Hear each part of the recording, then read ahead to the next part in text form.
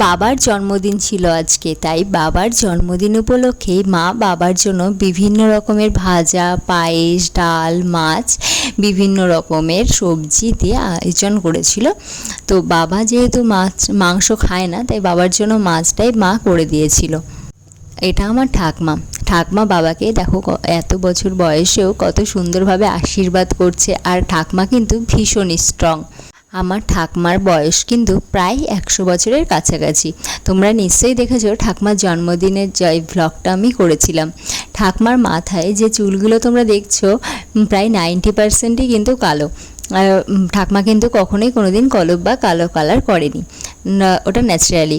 আমি বাবাকে তারপরে খাইয়ে দিলাম। এবার বাবা আর ঠাকমা একসাথে কেক কাটিং করলো, দেখে তো ভীষণই ভালো লাগছিল। তারপর কেক কাটার পরে আমি বললাম যে তুমি ঠাকমাকে খাইয়ে দাও। তো তারপর বাবা খাইয়ে দিল ঠাকমাকে, তারপর ঠাকমা আবার বাবাকে খাইয়ে দিল। দেখে বেশ ভালো লাগছিল, খুব সুন্দর লাগছিল।